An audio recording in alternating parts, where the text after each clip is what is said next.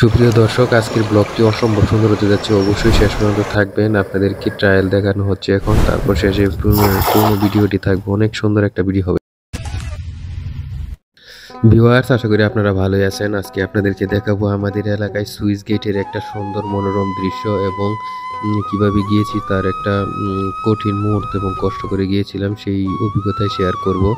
আসলে আমরা যে জায়গাটা গেছি এটা হচ্ছে সুইচ গেট। এখানে আসলে আমাদের উঁচু এলাকা থেকে নিচু এলাকায় পানি যাওয়ার একটা গেট। এখানে পানি আটকিয়ে আমরা বিভিন্ন সময় কৃষি কাজে ব্যবহার করা হয়।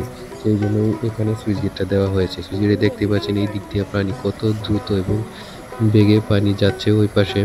আপনারা দেখাবো আমি, ইসাক, সাজিম এবং রাহাবা আমরা অনেক কাদার মধ্যে দিয়ে এসেছি এবং এই কাঁচা রাস্তার মধ্যে আসলে হাঁটাটা অনেক কষ্ট হয়। দেখতে পাচ্ছেন এই সাইডে পানি অনেক দ্রুততার বেগে এসে নামছে।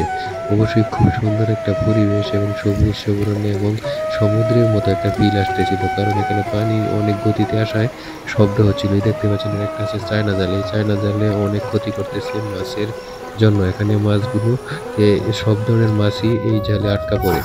তারপরে দেখতে পাচ্ছেন এক ভাই এখানে মাছ মারতেছে। তারা এখানে জন্ম থেকেই তার বাবা তার দাদারা এখানে মাছ মারেছে। এই জায়গাটায় মাছ মেরে তারা বিক্রি করে, তাদের এটাই পেশা। তাদের কাছ থেকে আমরা অনেক সময় মাছ কিনে খাই। আজকে হঠাৎ করে তার সাথে দেখা, তার সাথে কথা হলো। সে বলল আগের মতো মাছই নেই, মাছ পায়ও না। তাদের এই মাছ বিক্রি করে এখন আর পেটের ক্ষুধা নিবারণ করা সম্ভব হচ্ছে না। তারা অন্যান্য কাজ করে।